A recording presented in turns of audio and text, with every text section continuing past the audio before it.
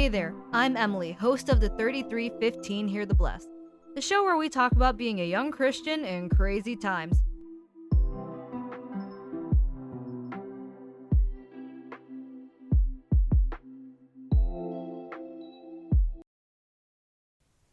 Good morning, ladies and gents, and welcome back to another episode of the 3315 Here to Bless.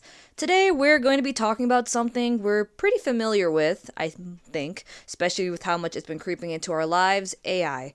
Before, AI was mostly a thing that seemed to only exist in science fiction, while we just had simple things like Siri, but now it's everywhere. We have chatbots, generative art, AI, voice generators, tax assistants, self-driving cars, you name it, they're probably an AI for it, or they're trying to develop some kind of AI for it.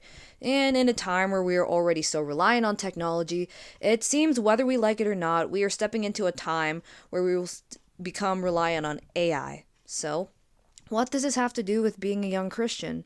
I would say a lot, actually. For one, as one of the first generations to be 100% raised with technology everywhere, we're not going to have as bad of a time adjusting to it, but AI will still have some issues to deal with, taking jobs, isolating people more, making people lazier, and possibly even becoming basis for a new type of idol worship. Yep, it could be. This can happen in a couple of ways.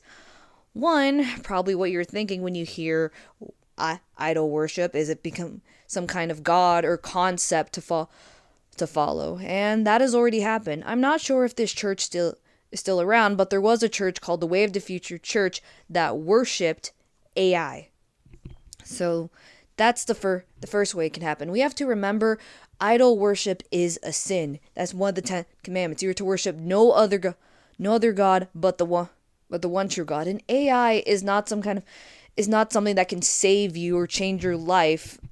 Well, at least not eternally. Sure, maybe one day some AI robot doctor will be able to help you. Maybe you're trying to study for a test and AI can quickly make a study guide for you, but AI can't save you from your sins. AI can't make you a better person. AI can't save you. That is only through Jesus, okay?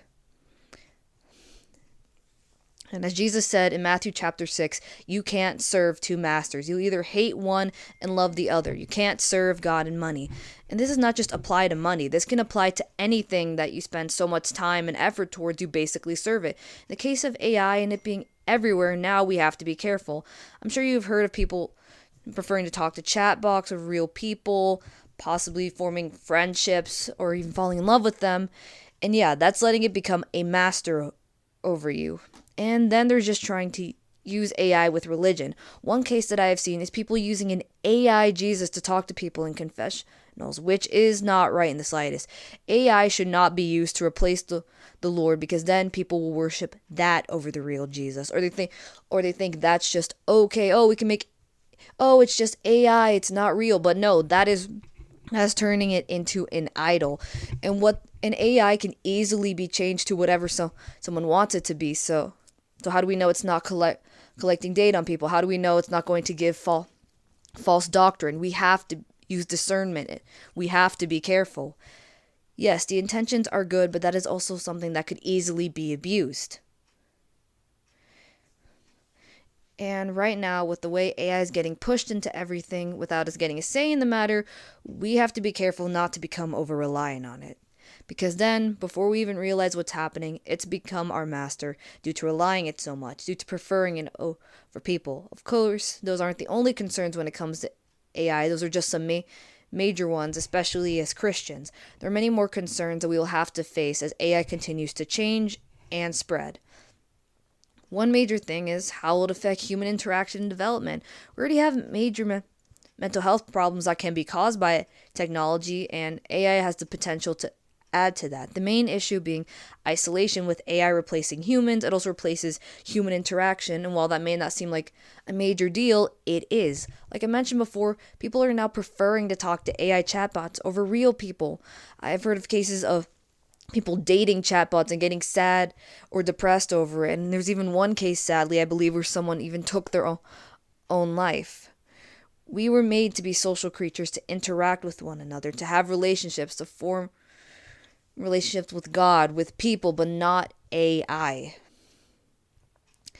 And yes, I know that sounds bad, but remember, like any new technology, we will be able to adapt and change to it. The key is to not let it master you. Don't let it make you lazy or isolate you from other people. Just use it in moderation. Just because it's being pushed into everything doesn't mean you have to use it for everything or even at all. And there can be good uses for AI. It can be good for maybe planning a trip while it's maybe grabbing a lot of random data all over the internet. It can still say, "Oh, I want to go travel to Italy. What are some good spots?" And it'll pull information from popular tourist spots, and you can just fill in the blanks and do further research, or maybe summarize an article for you. You type in a paragraph and you look for and ask it to find any grammar errors, things like that. Like any new technology, it can be used for good. You just have to be careful. Be aware of the good and the bad, just with everything. Don't let the fear come over you. And before we go, I just want to leave you all with this one verse. Proverbs 3 verses 5 through 6. Trust in the Lord with all your heart and do not lean on your own understanding. Seek his will in all you do, and he will show you which path to take. Trust in God always, because he will always remain steadfast and faithful. God bless you, and thank you for listening.